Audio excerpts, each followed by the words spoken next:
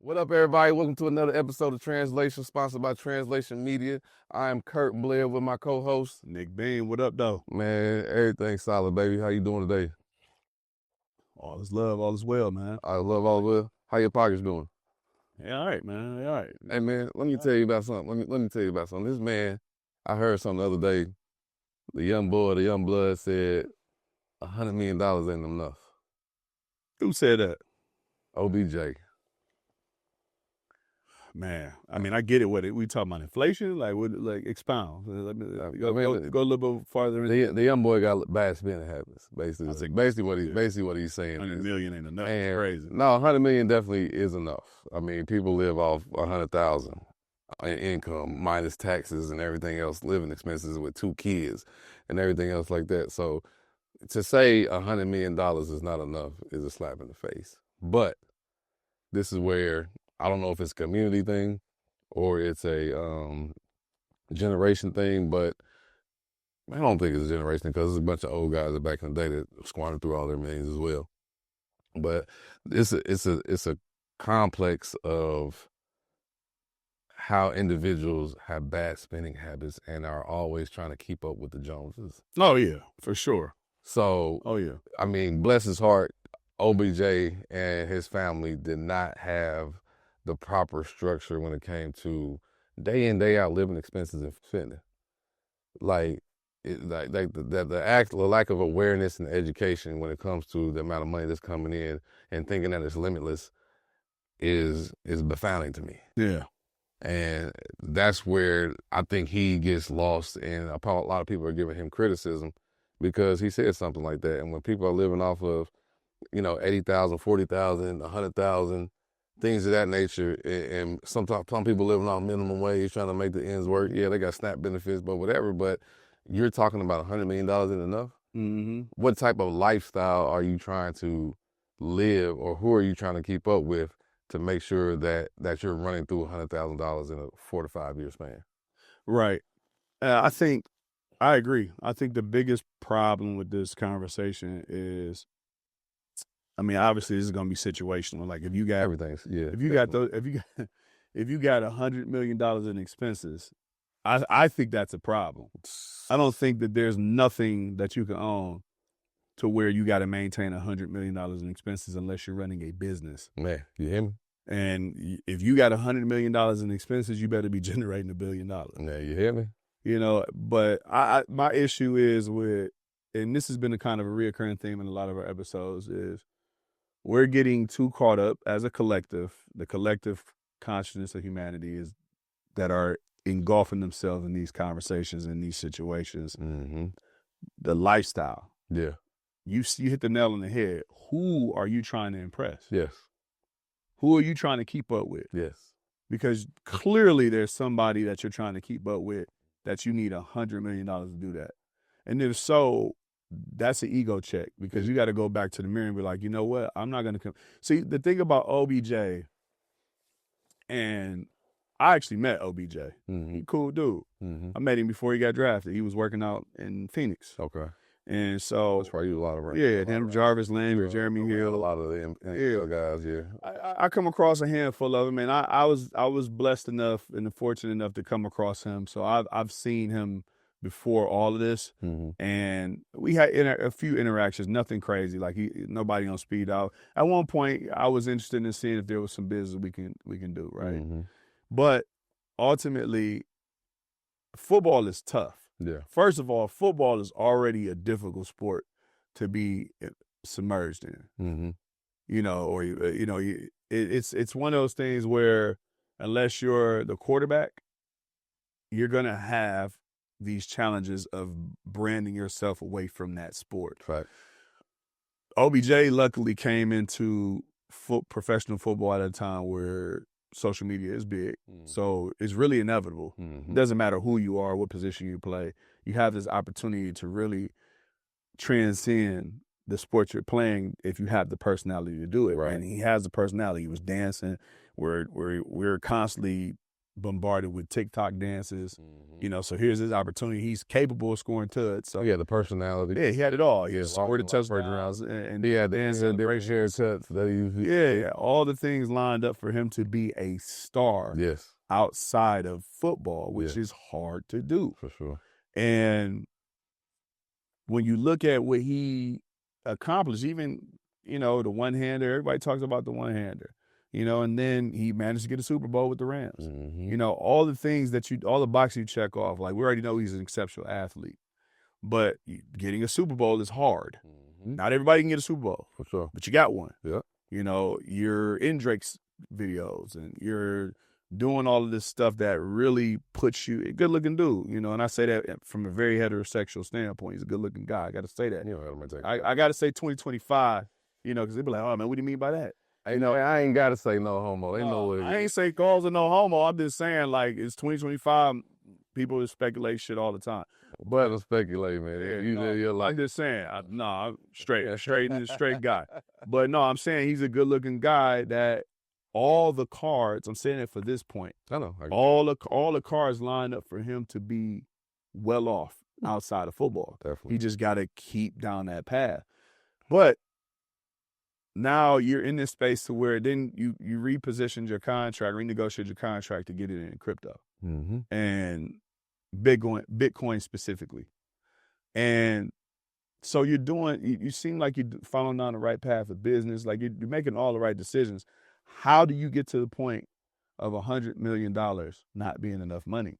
There's a problem. And then there's this reoccurring problem with a lot of athletes losing their bread. Because that's the bigger picture.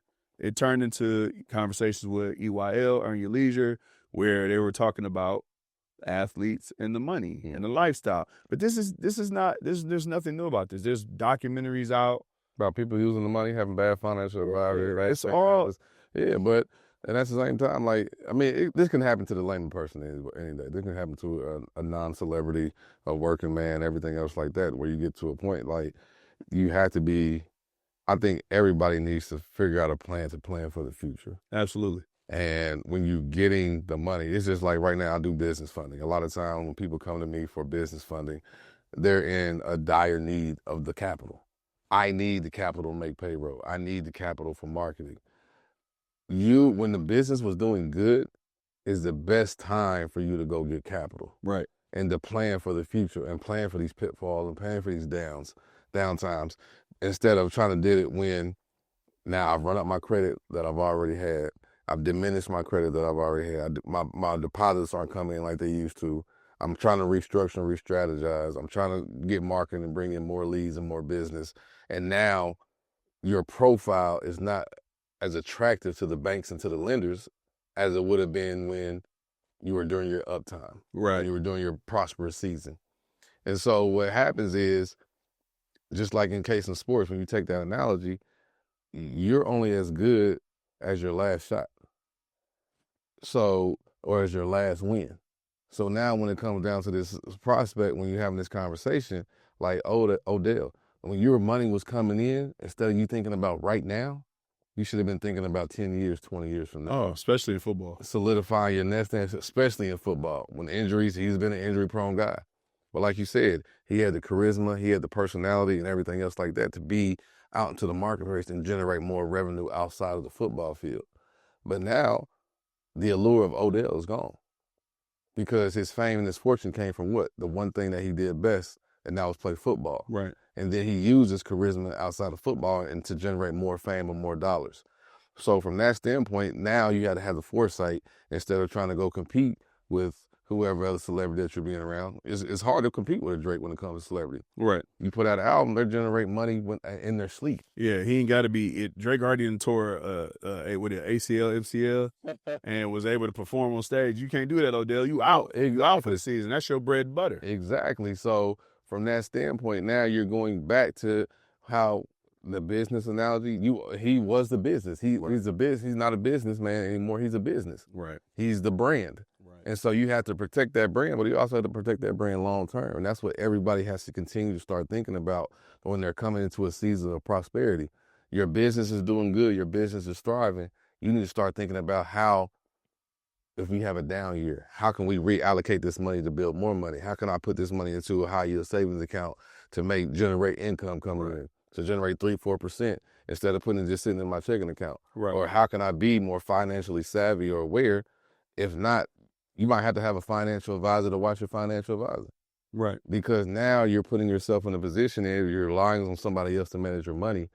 Now you have to trust that person to be financially savvy enough to manage your money. Yeah. So many different aspects to say, yeah, I got to pay half in taxes. So let's say that's cutting half, 50 million right there. Now I'm going to go buy these opulent cars. I saw a video of him. He had a whole warehouse full of clothes that he probably only wore once.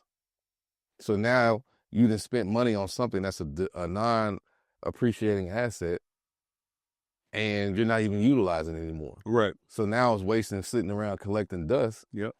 And yeah, you might be able to sell memorabilia, you might be able to do this, but to resell some of those clothes, you bought $3,000 pair of jeans. You bought a $10,000 jacket. Okay, now we're thinking in the big picture of $100 million. You start going back and thinking about all these damn things I spent. Man, I just spent $250,000 on clothes just in June alone. Mm-hmm.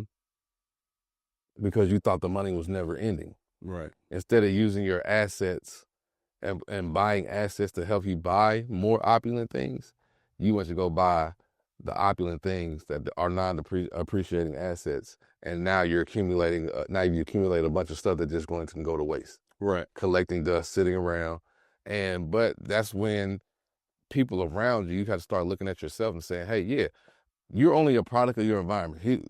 Most people say focus on that one thing, but you got to be able to have people around you that you can trust and that you can feel like you're going to be able to pick up the slack where you left off. Right. So the financial thing is a tricky slope, because even though myself, like I was an athlete, I got into the financial arena because I just wanted to wear suits, but it started giving me education. And when I started to go relate to my peers, they didn't necessarily want to listen to me. Right. And so, hey, man, you're not even making as much money as me. I go talk to an athlete, they making $3 million a year. Why would they want to listen to me? I'm only making 150. Right. But my job is to be financially savvy, and now I have a vested interest to protect athletes, to protect people in my community, and help them figure out financial literacy and financial awareness to help them grow and build assets. Right. So that's the hard part where I know a lot of people are insensitive to him, because like, dude, there's a bunch of people in this world that will never touch $100 million in their lifetime. But you touched it and you figured out a way to say it's not enough. But yeah, my question is like, what's determining that? You know what I'm saying? Like, so here's where my expertise comes in. Because when I sit down and I talk to anybody that is a potential client, or, you know, it could just be a friend, you know, I think I'm looking at it from the standpoint of, what are you into? So like, if it's opulent cars, why don't you own a dealership?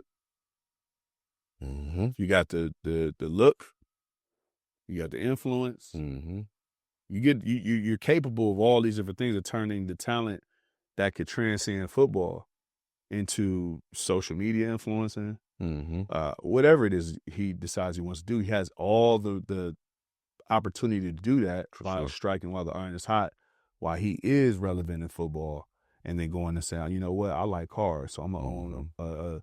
Or, you know, you got Turo platforms, so you can go that route. You can go the traditional route. Clay Matthews did it. Clay Matthews Sr. did it, passed it down the family business to Clay Jr. Right. You know, we had a bunch of Clay Matthews dealerships in Cleveland. You know, we all knew who Clay Matthews was as a Brown, Cleveland Brown. But to my point about Odell, go get, if you want a fleet of cars, why don't you just sell them? You know, you can pull one off the lot every day. Aaron Rodriguez went and bought a bunch of commercial real estate. That's what I'm saying. A-Rod, like, and he does $1 billion portfolio. Yeah. Why are you not getting behind the fashion houses? I mean, and granted, I'm giving too much game right now, and a lot of it is simple stuff, though. Yeah. You know, but when you think about it, it's like you're supposed to be able to offset your spending by investing in it, like you said. For sure. I think the biggest thing, and I actually ended up learning this late, but, you know, I love, you know, sneakers. So, right, like Jordans, everybody loves Jordans, everybody loves Nike, right? At one point when I found out, I really realized the power of stocks and bonds is investing in the Nike stock to a point where the principal cuts you the check to buy the shoe. You know what I'm saying? And that's like you said, it doesn't matter whether you're an athlete, entertainer, that falls in the entertainer category, but you could be a corporate guy, a entertainer, you could be, a 9-to-5 guy, but if you got enough stock that's paying you principal to where you get $150 check or $200 check every month, and you want to buy some shoes, but you ain't spending your direct money on that, you spending what you made off the interest of that, of that stock. Right. So it's like all these things apply, but what it comes down to is the knowledge. And it's hard to tell somebody, hey, you need to manage your money this way, you need to be handling your business this way when the money's in their pocket. I hear you, but Coachella's this weekend. I hear you, but New York Fashion Week's this weekend. I hear you, but the ESPYs is this weekend. So, and I got to host this party. And I got to do this and I got to do that. So it becomes a challenge when they get the money in hand. This is one of the reasons why I like the NIL deal. And people were complaining and up in arms about the NIL deal. And I'm like, nah, NIL got potential. And I threw this idea out to somebody I was talking to. It's like, nah, you don't want to mix the academia with the NIL. I said, no, that's actually what you should do. Because here's the thing. Football players, they should still have this. It's called a rookie symposium. Rookie symposium is basically all the guidelines on how to handle yourself and conduct yourself as a rookie entering into the NFL. Right. Again, if I've already spent the money, and I have examples, but I'm another episode for another day, that I know from firsthand conversation. If you've already spent the money, well, I already got the car, I already got the clothes, so that's cool, but I ain't really trying to hear that. NIL, you getting them in college level. They got to go major into this stuff. So let's scoot all the fluff to the side. Unless you're doing an engineer major or a doctor or something that's focused, you need to be beefing up on all the business and economics courses that university has to offer. For sure. And part of the incentive or incentivizing the NIL deal, I don't know if this already exists, but if it does not, and it does after this, you know where it came from. But you structure and incentivize the NIL deal based off of how well they perform in the business classes. For sure. And you align both of them together. You take the business course, you take the NIL money, and you say, okay, look, we're going to give you this base amount, and you hit these incentives. You maintain a 4.0 in business or something, whatever it is. They tweak all that on your own time.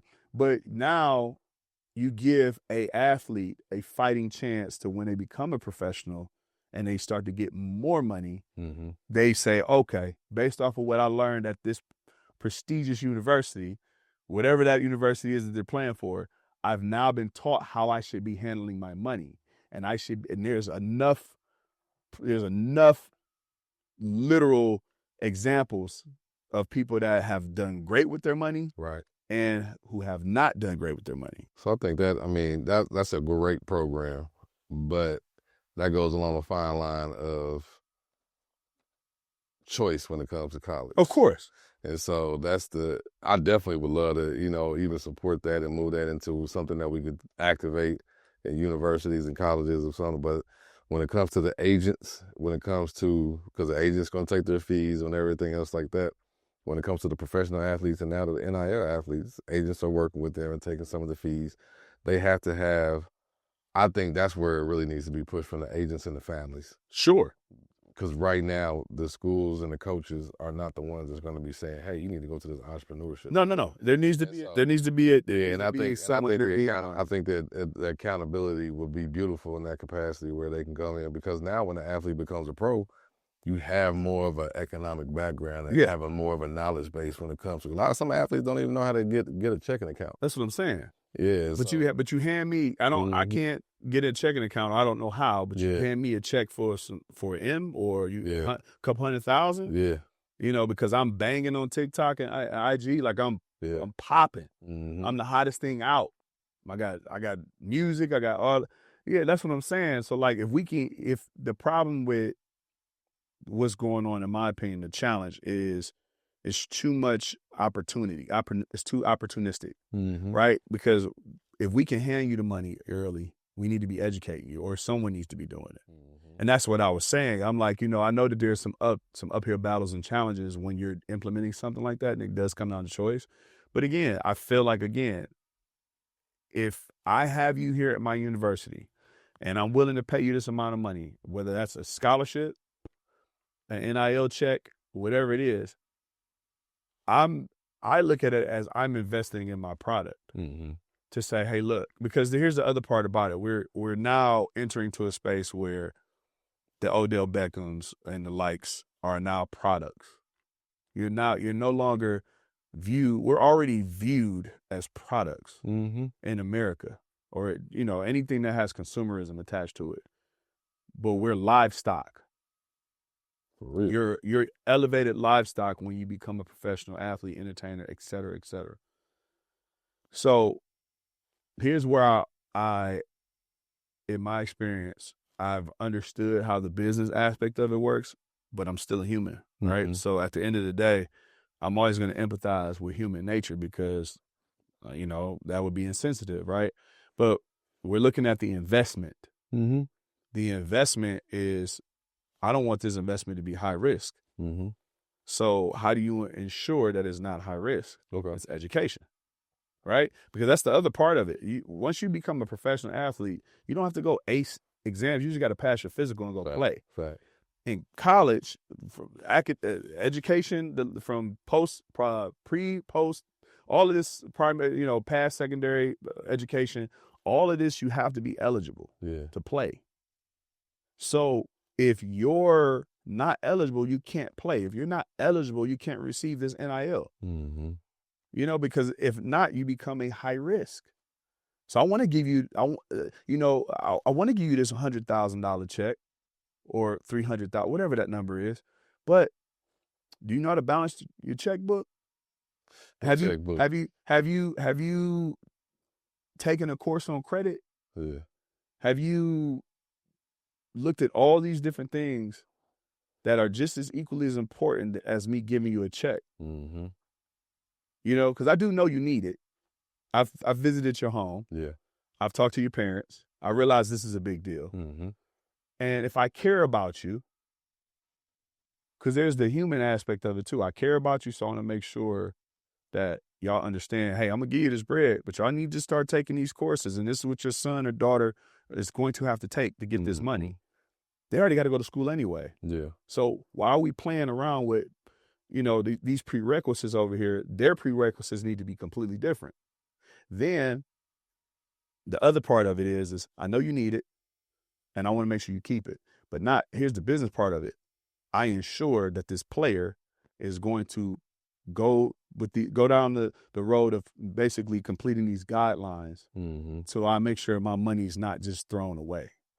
So how do we implement that? Like, how do we get our generation or our culture, or I mean these athletes, away from a spending mentality? Like, because, you know, everything that's promoted on social media and to say to get that girl is to spend money, to have a nice car, to have the biggest house, and everything else like that. Because it's now, if you know, you're in that space, say if you're in the Odell and they know you make $100 million, they want you to look like you make $100 million. But what does that look like?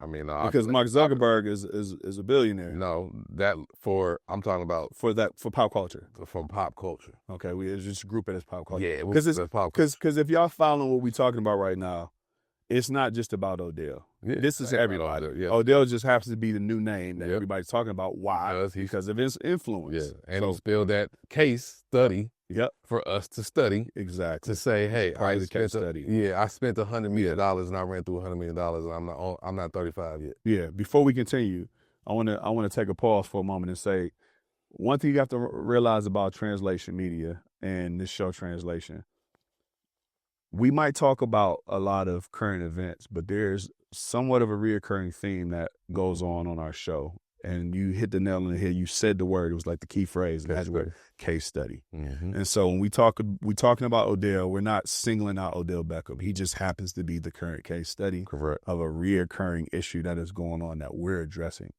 So I wanted to throw that out there, and I want to bring it back to what you were saying. For sure. So I forgot what I was saying.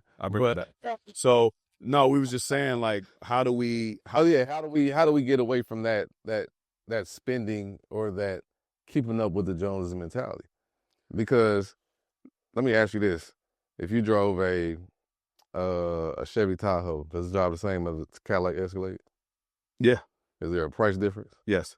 30, 40 grand, cocksucker beat it. Yep. I mean, so like manufactured by the same dealer. Manufactured by the same company. Yep. If you drove a Ford Explorer, the same as a Lincoln Navigator. Yeah. If you drove a Mercedes Benz, it drive and gets you to point A to point B, just like a Lexus. Yeah. Or a Toyota Camry. Camry, yeah. Or Avalon. Yeah. So, are we basing off why does somebody really go and buy a Mercedes? Oh, it's the lifestyle. It's how they're being influenced. Yes. So the influence of those things, but it's not a necessity. The necessity is the point A to point B. Mm-hmm. The necessity is to get to my job. And so, but again, to have the knowledge and the capacity to go out and buy assets that pay for that Mercedes. Oh, yeah.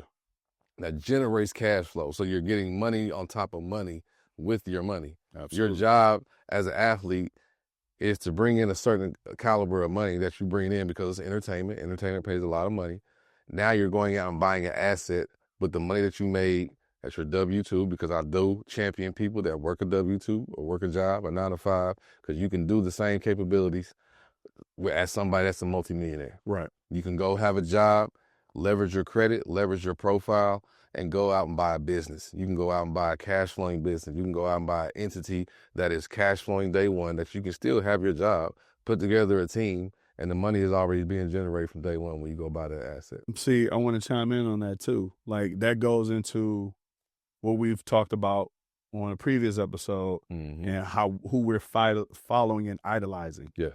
Who we are following and idolizing it'll tell the story for everything that we're talking about, because again, we're going and buying these vehicles, and I say I'm generalizing the whole thing. I've done it too. Yeah. Well, the collective is doing these things based off of what they see other people doing. But the very root of the problem is the people that you're following are either crashing out, getting arrested for some shit. Yeah. Or they have no education on financial, financial education, financial empowerment. They have no idea what they're doing with the money that they're receiving. And they may be committing fraud, and they also may be showing their opulent lifestyle off a rented basis. Exactly. That's what I'm saying. So now it's a trickle down. We think we got to go live like that. And the thing is I've always been big on branding if you're following storytelling. If you could tell me why you really like this brand, right? Like, when I put on a pair of Jordans, I had this conversation with my son. When I put on a pair of Jordans, I grew up in the Jordan era. This, to me, was a superhero. So everybody wanted to be like the superhero. All of the rock stars, the entertainers, they all wearing the shoe. And the shoes look good. And they look really good. Yeah. So we grew up with the storyline of Jordan. So now you have designers attaching their names to the shoe, and they have stories attached to why they chose to rock with that shoe. Yeah. If you follow the story, you legitimately are supporting that storyline. I can understand that. But if you just like, I seen Kurt wearing J's, and I some of that is part of it. But if you're wearing a Miri, Rude, all of these different brands because you saw somebody on social media wearing it and you know nothing about the designer, you knew nothing about that person's upbringing and their storyline, then you're essentially following what someone else is doing, not understanding. And that's the thing, is that when you talk about fashion, you'll start to dress and pick brands accordingly and wear them and support them accordingly if you follow them, right? Whatever it is, it could be the littlest thing. Same thing with the cars and everything like that. Like, are you if we're talking about Mercedes or BMW, BMW is German. Are you into German engineering? Did you know that was? You know that was a German car? Exactly. Like, you didn't know. So like now, it becomes, once you start peeling back the layers, it becomes, okay, what are you doing it for? Sure. You know what I'm saying? Like, now, do you understand why people wear Rolexes? That's not. I had this conversation with my son. Or Hublot or Breitling, whatever else like that. Are you infatuated with the chronology of that? Like, what is it that is driving you to want to wear that particular watch, that particular brand? Man. And you have to be. You've used this word a lot, and it's a constant reminder to me too. Even though I know this, but again, iron sharpens iron. Iron sharpens iron sharpens iron. So is one of those situations where you talk about being intentional. Yeah. So the thing is you have to be intentional because these things become your identity. Mm-hmm. So when we look at fashion, as an example, it becomes subjective, and a piece or something that's associated with that particular person becomes a part of the personality. I use this as an example. Russell Simmons and pretty much every New York icon wears a Yankees fit, right? And I think you might have heard me say this, like, I don't have any problems with the Yankees, and I love New York like a second and third home. New York and Detroit is like my second and third home. But I've gotten away from wearing a New York fitted. So you're doing your Cleveland thing. Because I'm doing, or story declared by Cleveland, or Las Vegas. Or Vegas. Yes. Or I'm wearing a brand and I know somebody there. I want to support them. Yep. There might be some significance to it. There's a reason why I'm wearing it. Why you got the SEO card? Yeah, I know somebody over there. I fully support it. I think it's amazing. I think you should go check it out, SEOcodeagency.com. No, but seriously, like, it's one of those things where I know everybody's not going to be that way. Yeah. I know this might go in one ear and out the other, fall on deaf ears, go for people say it's all the analogies, right? Yeah. But ultimately, people have to become more intentional, is my point. Definitely. On how they're operating. Yeah. If you're into cars, you better very well be invested in some brand or a dealership or ownership in something to where if you want to drive those cars, you can drive a brand new car every day because you own them. You own them in a way that you're profiting and it's not a liability. Same thing with the clothes. At some point, Nike gonna have to cut a check. For sure. Or I move on to another brand. I'm not exclusive. Yeah. You know what I'm saying? Like, this is just childhood.